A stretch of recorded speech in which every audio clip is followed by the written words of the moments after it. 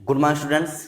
Class twelfth में आज आपका जो टॉपिक है, टॉपिक का नाम है आनुवंशिक संकेत पद्धति। आनुवंशिक संकेत पद्धति इंग्लिश में से कहते हैं जेनेटिक कोड। देखिए, जेनेटिक कोड आपके बहुत ही ज़्यादा मोस्ट इम्पॉर्टेंट है। क्यों? क्योंकि अगर आपको जेनेटिक कोड आएंगे नहीं तो आप जो है प्रोटीन संश्लेषण, जो नेक्स्ट टॉपिक है प्रोटीन संश्लेषण अर्थात प्रोटीन सिंथेसिस, जिसको हम लोग ट्रांसलेशन बोलते हैं, तो वो प्रक्रिया आपको बहुत ही कम समझ में आएगी। ठीक, बहुत ही कम समझ पाएंगे। उस प्रक्रिया को समझने के लिए आपको ये जेनेटिक कोड आना बहुत ही जरूरी है, क्योंकि जब तक ये नहीं आएंगे आपको, तब तक आप प्रोटीन संश्लेषण की प्रक्रिया को समझ नहीं पाएंगे। तो यही आज का हमारा टॉपिक है, आनुवंशिक संकेत पद्धति, जेनेटिक कोड। वीडियो शुरू करने से पहले अगर आप हमारे चैनल पर नए हैं तो चैनल को सब्सक्राइब कर लें, बेल आइकन को दबाएं ताकि आपको वीडियो की नोटिफिकेशन मिल सके। चलिए शुरू करते हैं आनुवंशिक संकेत पद्धति। देखिए, इसको आनुवंशिक संकेत पद्धति क्यों कहा गया? देखिए, आनुवंशिक माने क्या होता है कि जो एक पीढ़ी से दूसरी पीढ़ी में जाए, और एक पीढ़ी से दूसरी पीढ़ी में कौन जाता है? हमारा डीएनए जाता है, गुणसूत्र जाते हैं। ठीक, गुणसूत्र जाते हैं तो उसी के साथ डीएनए जाता है। तो जो डीएनए होता है, तो डीएनए आनुवंशिक संकेत सूचनाओं को एक पीढ़ी से दूसरी पीढ़ी में ले जाता है। लेकिन ले कैसे जाता है? कोई चीज़ तो होती नहीं कि उठाया और लेके चला गया। तो वो काहे के रूप में ले जाता है? तो वो जेनेटिक कोड के रूप में ले जाता है।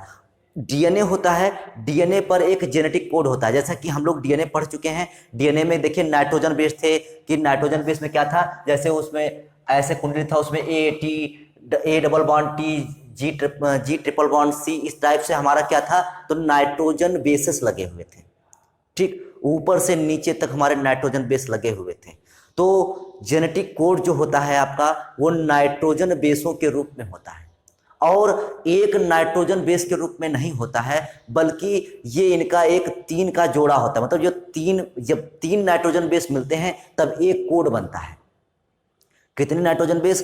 तीन नाइट्रोजन बेस। जैसा कि आप इस सारणी में देख रहे हैं कि इसमें देखिए तीन तीन नाइट्रोजन बेस, जो नाइट्रोजन बेस लगे हुए हैं उनका तीन तीन का जोड़ा, मतलब तीन तीन मिलकर इसमें एक कोडान का निर्माण करते हैं। तो वही हमको जानना है कि जेनेटिक कोड होते क्या है, और जेनेटिक कोड हमारी पीढ़ी में, जो अगली पीढ़ी में पहुंचते हैं तो वो हमारी संकेत सूचनाओं को ले जाते हैं। तो कौन सा जेनेटिक कोड हमारी कौन सी सूचना के लिए होता है, ये भी बहुत जरूरी है जानना। ठीक, तो चलिए शुरू करते हैं। सबसे पहले सारणी को देख लेते हैं। देखिए, यहां पर आप देख रहे हैं कि तीन, जो एक दो तीन, तीन का एक ट्रिपलेट है। तीन का क्या है? एक ट्रिपलेट है। मतलब यहां पर तीन एक साथ नाइट्रोजन बेस मिले हुए हैं। ठीक, जब तीन नाइट्रोजन बेस जुड़े हुए हैं तो तीन न्यूक्लियोटाइड भी तो होंगे। क्यों? क्योंकि जब न्यूक्लियोटाइड होगा तो एक न्यूक्लियोटाइड जब बनेगा तो उसमें नाइट्रोजन बेस होगा, तो एक नाइट्रोजन बेस का जोड़ा होगा। तो इस प्रकार से दूसरा न्यूक्लियोटाइड तो दो नाइट्रोजन बेस के जोड़े, फिर तीसरा न्यूक्लियोटाइड, फिर तीन नाइट्रोजन। तो जब तीन न्यूक्लियोटाइड मिलेंगे, कितने न्यूक्लियोटाइड? जब तीन न्यूक्लियोटाइड मिलेंगे तभी तो तीन नाइट्रोजन बेस मिलेंगे। मतलब एक नाइट्रोजन बेस इधर, जैसे जैसे आपको बताएं, जैसे यहां पर, जैसे मान लेते हैं तीन नाइट्रोजन बेस हैं, या ऐसे देख लेते हैं, तो यहां पर अगर ए लगा हुआ है तो यहां पर टी लगा हुआ है, फिर ए, फिर टी, फिर जी, फिर सी। तो जब हमारे तीन नाइट्रोजन बेस मिलेंगे, ठीक, तो हमारा क्या बनेगा? न्यूक्लियोटाइड। कितने न्यूक्लियोटाइड? तीन न्यूक्लियोटाइड। जब तीन न्यूक्लियोटाइड होंगे तो हमारे तीन नाइट्रोजन बेस के जोड़े भी होंगे। ठीक, तो इस प्रकार से तीन न्यूक्लियोटाइड जब होंगे तो उसमें तीन नाइट्रोजन बेस के जोड़े होकर एक कोडान बनाएंगे। क्या बनाएंगे? एक कोड बनाएंगे, और जिस कोड के द्वारा क्या होगा? एक प्रोटीन का निर्माण होगा। और प्रोटीन का निर्माण कैसे होगा? तो वो होगा अमीनो अम्ल के द्वारा। कैसे? अमीनो अम्ल के द्वारा। आपसे पूछा जाएगा, आपसे प्रश्न पूछा जा सकता है कि प्रोटीन की क्रियात्मक इकाई कौन होती है, या निर्माणात्मक इकाई कौन होती है? प्रोटीन की निर्माणात्मक इकाई कौन होती है? तो हम क्या बताएंगे? अमीनो अम्ल। जब ढेर सारे अमीनो अम्ल आपस में मिलते हैं तब एक प्रोटीन का निर्माण होता है। ठीक, तो प्रोटीन का निर्माण किसके द्वारा होता है? कोडान के द्वारा होता है। किसके द्वारा होता है? कोडान के द्वारा होता है। तो कोडान कितने होते हैं? तीन होते हैं, मतलब तीन जो है नाइट्रोजन बेस कितने होते हैं, तीन होते हैं, और तीन नाइट्रोजन बेस मिलकर एक कोड का निर्माण करते हैं। ठीक, तो देखिए यहाँ पर तीन है। अब आप देख रहे होंगे, आपके दिमाग में ये प्रश्न आ रहा होगा कि इतनी बड़ी सारणी को हम याद कैसे रखेंगे, कैसे बनाएंगे इसको पेपर में, आ गई पेपर में तो कैसे बनाएंगे। तो इसके लिए हम आपको बता देते हैं, आपको ये बिल्कुल, तो देखिए याद करने के लिए आपको केवल इसमें 3-4 नाम याद रखने पड़ेंगे। ठीक, 3-4 नाम याद रखने पड़ेंगे, और जो आपका यहाँ पर कोडान का नाम दिया गया है कि ये कौन सा है, कोडान के लिए कौन सा अमीनो अम्ल आएगा। तो देखिए यहाँ पर अमीनो अम्ल के नाम दिए गए हैं कि इस कोडान के लिए ये अमीनो अम्ल होगा, ये कोडान दिए गए तो इसके लिए यहाँ पर इसका अमीनो अम्ल का नाम होगा कि कौन सा अमीनो अम्ल इस कोडान के द्वारा आएगा। तो यहाँ पर हमें केवल जो होता है 4-5 नाम को याद रखने हैं, लेकिन उसमें से सबसे ज़्यादा इंपॉर्टेंट अगर कोई चीज़ है तो उसमें सबसे ज़्यादा इंपॉर्टेंट है तो हमारा समापन कोडान और जो है सूत्रपात कोडान, दो बहुत ही ज़्यादा मोस्ट इंपॉर्टेंट है। ये क्वेश्चन बहुत ज़्यादा पूछा जाता है कि जैसे आपके यहाँ पर 3 समापन कोडान दिए हैं, देखिए 1, 2 और 3 समापन कोडान दिए हैं, तो ये समापन कोडान आपको 3 यहाँ पर दिए गए हैं, तो इनमें से पूछ लेता है कि समापन कोडान कौन सा है। इतने दिए गए हैं, ये सब पूरे 64 बने हुए हैं, तो इसमें से पूछता है कि समापन कोडान कौन सा है। दूसरा पूछता है कि सूत्रपात कोडान कौन सा है। ठीक, तो सूत्रपात कोडान कौन सा होता है और सूत्रपात कोडान का नाम क्या होता है। तो इस प्रकार से ये क्वेश्चन आते हैं इसमें, तो हम आपको इसमें पूरा सा पूरा भी बताएंगे कि सारणी कैसे क्या होती है। तो हमने यहाँ पर ये जान लिया कि ये देखिए 3 होते हैं। ठीक, ये ट्रिपलेट के रूप में होते हैं, और जब ये 3 न्यूक्लियोटाइड, ये 3 नाइट्रोजन बेस मिलकर 3 न्यूक्लियोटाइड का निर्माण करते हैं, तो न्यूक्लियोटाइड बन जाने के बाद वो एक कोड के रूप में हो जाते हैं, और उसके द्वारा क्या बनता है, प्रोटीन का निर्माण होता है। ठीक, तो इसमें ये चीज है कि हम इसको कैसे बनाएंगे। और एक प्रश्न और आता है दिमाग में कि यहाँ पर देखिए ये जो आपके कोडान है ये हैं कहाँ, तो ये डीएनए पर है। कहाँ है, डीएनए के ऊपर स्थित होते हैं। ठीक, ये कोड डीएनए के ऊपर स्थित होते हैं, लेकिन क्या आपने सोचा है कि डीएनए में तो यूरेसिल होता ही नहीं है। डीएनए में यूरेसिल के स्थान पर क्या होता है, थायमिन होता है। तो आपको बता दें कि ये कोडान होते तो डीएनए पर हैं।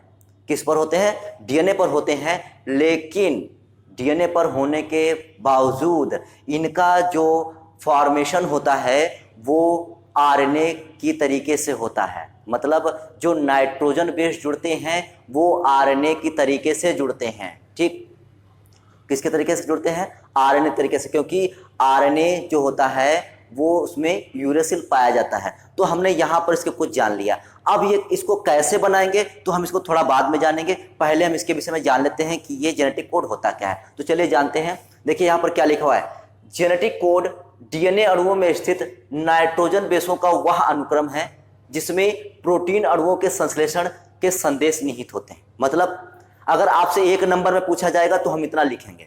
ठीक, कितना, जेनेटिक कोड डीएनए अणुओं में स्थित, मतलब जेनेटिक कोड कहाँ स्थित होता है हम आपको बता ही चुके हैं कि डीएनए अणु में स्थित होता है। तो वही पहले लाइन लिखी हुई है कि जेनेटिक कोड डीएनए अणुओं में स्थित, और किस रूप में होता है, नाइट्रोजन बेसों का वह अनुक्रम है। अर्थात डीएनए पर क्या लगे होते हैं, नाइट्रोजन बेस लगे होते हैं। क्या लगे होते हैं, नाइट्रोजन बेस लगे होते हैं। तो नाइट्रोजन बेस के अनुक्रम के रूप में होता है।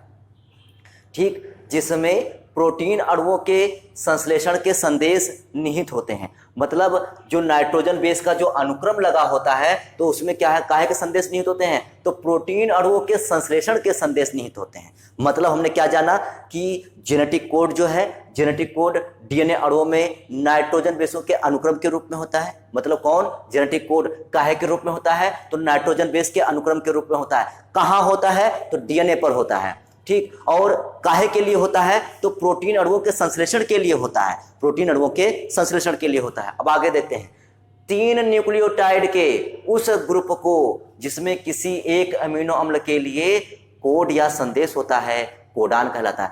3 न्यूक्लियोटाइड मतलब क्या हुआ कि डीएनए का निर्माण किससे होता है, न्यूक्लियोटाइड, पॉलीन्यूक्लियोटाइड से होता है। तो जब 3 नाइट्रोजन बेस मिलेंगे तो 3 जो है न्यूक्लियोटाइड भी हो जाएंगे। ठीक, तो 3 न्यूक्लियोटाइड के उस ग्रुप को, तो पूरा ग्रुप क्या हो गया हमारा, 3 न्यूक्लियोटाइड का ग्रुप हो गया। 3 न्यूक्लियोटाइड के उस ग्रुप को जिसमें किसी अमीनो अम्ल के लिए कोड होता है। मतलब कोड काहे के लिए, प्रोटीन संश्लेषण के लिए।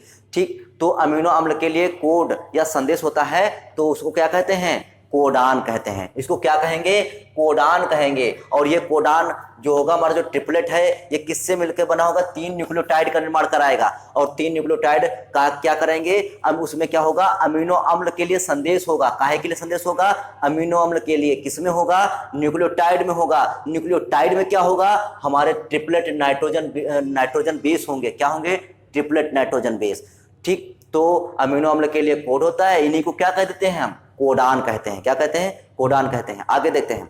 यद्यपि डीएनए में नाइट्रोजन बेसों के अनुक्रम के रूपों में संदेश कोडित रहते हैं, किंतु कोड अक्षरों को आरएनए द्वारा प्रदर्शित करते हैं। हमने आपको बताया कि डीएनए में नाइट्रोजन बेसों, मतलब ये नाइट्रोजन बेस है, तो डीएनए में नाइट्रोजन बेसों के अनुक्रम के रूपों में, ये क्रम में लगे होते हैं, अनुक्रम के रूपों में संदेश कोडित होते हैं। मतलब ये क्या है? संदेश के रूप में होता है। ये कोडान काय के रूप में होता है? संदेश के रूप में होता है। किंतु जो कोड होते हैं, वो जो कोड अक्षर होते हैं, मतलब जो ये अक्षर देख रहे हैं आप, यू सी ए जी, तो यहाँ पर ये यू है, तो इसको काहे के रूप में प्रदर्शित किया गया है? आरएनए के द्वारा प्रदर्शित किया गया है। किसके द्वारा? आरएनए के द्वारा प्रदर्शित किया गया है। मतलब सीधा सीधा कहें तो डीएनए में नाइट्रोजन बेसों के जो अनुक्रम होंगे उसको प्रदर्शित काहे से करेंगे? आरएनए के द्वारा होंगे। डीएनए पर क्या? नाइट्रोजन बेस के अनुक्रम प्रदर्शित काहे से करेंगे? तो आरएनए के अक्षरों द्वारा प्रदर्शित करेंगे।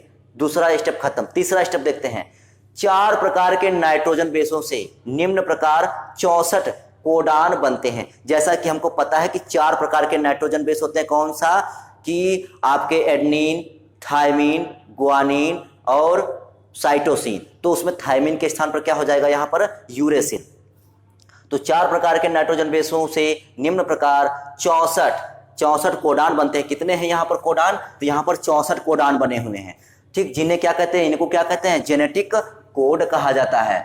और इनमें 20 प्रकार के अमीनो अम्ल की सूचना निम्न प्रकार निहित है। मतलब हम यहाँ पर जो देख रहे हैं इसमें 20 प्रकार के अमीनो अम्ल की सूचना है। मतलब ये कोडान कितने हैं? 64 हैं। और उसमें सूचना का कितने की है? तो 20 प्रकार के अमीनो अम्ल की सूचना है।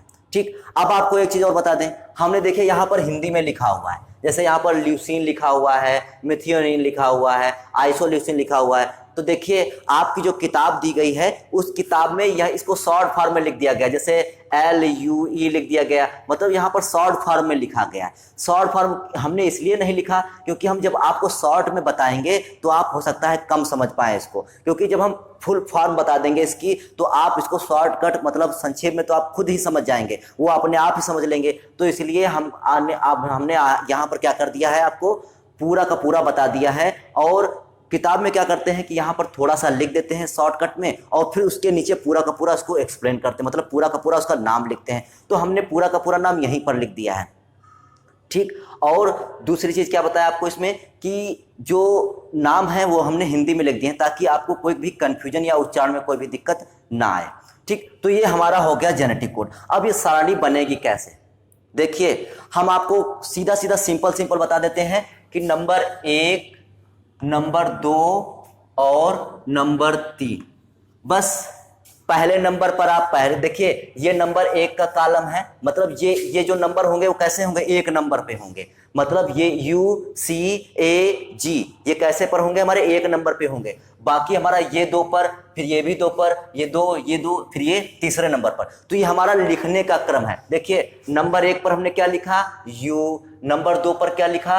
U, और तीसरे नंबर पर क्या लिख दिया हमने? फिर हमको ये तीनों लिखने हैं UCAG। तो देखिए यहाँ पर हमने UCAG लिख दिया। क्या लिख दिया?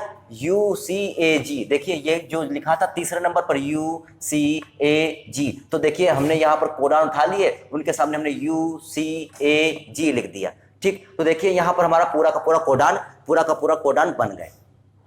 पहले नंबर पर क्या लिखा हमने? U था। पहले नंबर पर क्या था? हमारा U था। तो हमने देखिए सब पूरे के पूरे U लिख लिए। फिर दूसरे नंबर पर क्या था? हमारा U था। तो हमने दूसरे नंबर पर U लिख लिए। फिर हमारा तीसरे नंबर पर क्या आता है? UCAG। तो हमने यहाँ पर UCAG लिख दिया।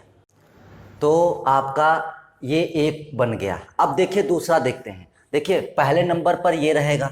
ठीक, तो देखिए पहले नंबर पर ये हो गया आपका। फिर दूसरे नंबर पर C आया तो दूसरे नंबर पर देखिए C हो गया। फिर तीसरे नंबर पर आपका क्या आएगा? UCAG। तो हमने देखिए UCAG लगा दिया। ठीक, फिर उसके बाद आपका फिर 1 नंबर पर क्या रहेगा? देखिए ये आ गया। दूसरे नंबर पर क्या रहेगा? A है तो यहाँ पर A रख दिया। फिर तीसरे नंबर पर क्या रखेंगे, UCAG, तो देखिए UCAG हो गया हमारा। फिर चौथे कॉलम में पहले नंबर पर क्या हमारा रहेगा, U, फिर दूसरे नंबर पर क्या हमारा है, G है, तो G रहेगा। तीसरे नंबर फिर हमारा UCAG, तो देखिए हमारा पूरा एक बन गया। इसी प्रकार से अब हमारा कौन सा हो जाएगा, पहला ये, तो देखिए पहले कॉलम में क्या है हमारा C, तो देखिए पूरा C लिखा हुआ है। फिर दूसरे पर क्या है U, तो U लिखा हुआ है। तीसरे पर क्या आएगा, UCAG, तो देखिए आपका UCAG आ गया। तो इसी प्रकार से आपके सभी कॉलम ये बन जाएंगे, इसी प्रकार से आपके पूरे कॉलम ये बनेंगे। अब देखिए इसमें आपका जो भी 3-4 आपको जो भी नाम सरल लगे आपको वो याद करने हैं, ठीक। जो आपका सूत्रपात कोडान है उसको छोड़कर और समापन कोडान को छोड़कर बस आपको 4-5 नाम याद रखने पड़ेंगे, ठीक। तो देखिए जैसे ये पहला क्या है आपका फिनाइल एलानीन है, मतलब ये जो त्रिगुणित कोडान दिया गया है UUUUUC, तो ये आपका ये त्रिगुणित कोडान जो दिया गया है तो ये फिनाइल एलानीन के लिए है, फिनाइल एलानीन एमिनो अम्ल के लिए है। मतलब जब ये कोडान लगेगा तो आपका टीआरएनए जो है, टीआरएनए कौन सा एमिनो अम्ल लाएगा, तो फिनाइल एलानीन जो है आपका एमिनो अम्ल जो है लाएगा, ठीक। कौन लाएगा, टीआरएनए लाएगा। इसी प्रकार से UUA, UUG ये क्या है आपका ल्यूसीन है। फिर ये जो आपके पूरे ये चारों हैं कोडान, ये क्या है आपका ल्यूसीन है।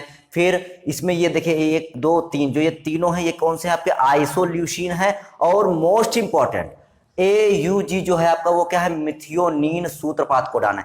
मतलब जो आपका AUG है वो कौन सा है, मिथियोनीन है। वो कौन से अमीनो अम्ल के लिए है, मेथियोनीन अमीनो अम्ल के लिए है। और मेथियोनीन अमीनो अम्ल क्या होता है हमारा, सूत्रपात कोडान होता है। अब अगला प्रश्न ये आएगा कि ये सूत्रपात कोडान क्यों होता है। देखिए जब आपकी प्रोटीन बनना शुरू होगी, देखिए आपका जो मैसेंजर आरएनए होगा वो बहुत बड़ा होगा। अब कहाँ से प्रोटीन संश्लेषण कराना है, तो देखिए जहां पर आपका AUG ये ट्रिपलेट कोडान जो लगेगा वहीं से आपका प्रोटीन संश्लेषण का काम शुरू होगा, बाकी और कहीं से प्रारंभ नहीं होगा। क्योंकि राइबोसोम जहां पर AUG को देखेगा, इस ट्रिपलेट कोडान को देखेगा, वहीं पर वो रुकेगा और वहीं से प्रोटीन का संश्लेषण करना शुरू करेगा। ये सब आपको बहुत अच्छे से जानकारी मिलेगी कब, जब हम आपको नेक्स्ट वीडियो प्रोटीन संश्लेषण का बनाएंगे तब।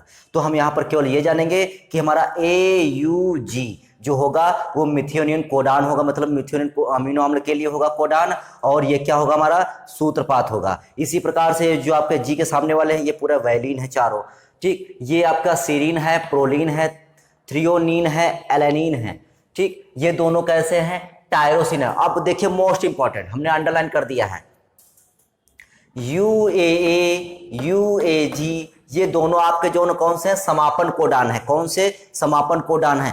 इनको समापन कोडान क्यों कहा गया, क्योंकि देखिए जहां पर प्रोटीन संश्लेषण बन रही होगी और जहां पर UAA या UAG या फिर UGA ये तीनों अगर लग जाएंगे, वहां पर अगर मतलब इन तीनों में से कोई एक लग जाएगा तो वहीं से प्रोटीन निर्माण की क्रिया बंद हो जाएगी। जैसे आपने देखा होगा किसी व्यक्ति के हाथ जो होता है अधूरा बना, या पैर अधूरा बना, या सिर का डेवलपमेंट नहीं हुआ, या एक कान नहीं बना, या एक आंख नहीं बनी। ये इसलिए होता है क्योंकि जैसे मान लीजिए किसी का पैर बन रहा है और पैर बन रहा था तो वहां पर पैर बनाने वाली सभी प्रोटीन सक्रिय थी, लेकिन बाय चांस वहां पर एक अचानक से एक हमारा समापन कोडान लग गया आकर। कौन सा कोडान, समापन कोडान लग गया। लेकिन बन तो रहा था हमारा पूरा पैर, लेकिन पैर अभी पूरा बन नहीं पाया था, तो वहां पर हमारा उससे पहले क्या लग गया, एक समापन कोडान लग गया। और जिससे क्या हुआ, जब समापन कोडान लग गया तो वहीं पर से उसकी प्रोटीन संश्लेषण की क्रिया रुक गई, अर्थात हमारे पैर का जो पैर का निर्माण होना था वो पूरा पैर का निर्माण नहीं हो पाया। तो ये सब होता है आपके अचानक से समापन कोडान लगने से, ठीक। तो ये समापन कोडान क्या काम करते हैं, प्रोटीन संश्लेषण को रोक देते हैं, इसलिए इसको कहते हैं समापन कोडान, ठीक। और आपका अगला ये दिया है हिस्टीडीन, दूसरा दिया है ग्लूटामीन, अगला इसमें दिया गया है स्परेजीन, ये इसमें दिया दो जो कोडान दिए गए हैं ये कौन से हैं, लाइसिन। इसमें फिर लास्ट वाले में कौन सा दिया है, स्पार्टिक एसिड। फिर एक कौन सा नीचे लिखा हुआ है ग्लूटामीन, अगला सिस्टीन। ये दोनों कौन से, सिस्टीन। देखिए एक समापन कोडान यहाँ पर है UGA, तो देखिए कितने टोटल समापन कोडान, 3 समापन कोडान हो गए। कितने समापन कोडान हो गए, 3। इनकी संख्या भी पूछ सकता है, ठीक। अगला आता है UGG, ये क्या है हमारा ट्रिप्टोफान। ये कौन सा हमारा अमीनो अम्ल के लिए है? ट्रिप्टोफान। बाकी इसमें जो 4 दिए गए हैं ये कौन सा है? हमारा आर्जिनिन है, ठीक। और हमारे ये जो इसमें दिए गए हैं ये कौन से दोनों सीरीन है ऊपर के, और बाकी ये दोनों नीचे कौन सा? आर्जिनिन है, ठीक। बाकी नीचे जिसमें कौन से दिए गए हैं चारों? ये ग्लाइसिन है। तो इस प्रकार से हमारे ये 20 प्रकार के अमीनो अम्ल हो जाते हैं, ठीक। तो ये 20 प्रकार के अमीनो अम्ल हमारे वर्क करते हैं। आपसे प्रश्न पूछा जाएगा कि इसमें से सूत्रपात कोडान कौन सा होता है, तो हम कौन सा बताएंगे? AUG। देखिए ये लिखा हुआ है AUG हमारा सूत्रपात कोडान होता है। और इसके लिए कौन सा अमीनो अम्ल होता है? तो इसके लिए मेथियोनिन अमीनो अम्ल होता है। आपसे पूछा जाएगा समापन कोडान कितने प्रकार के होते हैं, तो समापन कोडान 3 प्रकार के होते हैं। कौन कौन से होते हैं? UAA, UAG, UGA। ये तीनों आपको याद रखने हैं। अब देखिए इतने में से आपको कोई भी याद कर लेना, जैसे CCC याद कर लें तो ये प्रोलीन का होता है, क्योंकि आपको 4-5 तो समापन कोडान और सूत्रपात कोडान को छोड़कर आपको 3-4 तो याद करने पड़ेंगे, क्योंकि जब तक ये याद नहीं होंगे तब तक आप प्रोटीन संश्लेषण की क्रिया नहीं करवा पाएंगे। तो ये आप इसको याद करिए, केवल 3-4 नाम याद कर लीजिए। सारणी आपको हम बनाना बता दिए हैं कि कैसे बनाई जाएगी, और इसमें आप अगर पूरे नाम ना लिख पाए तो कोई बात नहीं, जो आप 4-5 नाम याद रखते हैं तो उन्हीं को इसमें सारणी में लिख दीजिए, आपके नंबर मोस्टली तो नहीं कटेंगे, ठीक। तो ये आज आपने समझा आनुवंशिक संकेत पद्धति के विषय में। तो उम्मीद है कि ये टॉपिक आपको अच्छा समझ में आया होगा। अगर फिर भी आपको कोई दिक्कत लगती है तो आप कमेंट करिए, पूछिए। तो आज के लिए केवल इतना ही, बाकी नेक्स्ट वीडियो में, तब तक के लिए जय हिंद।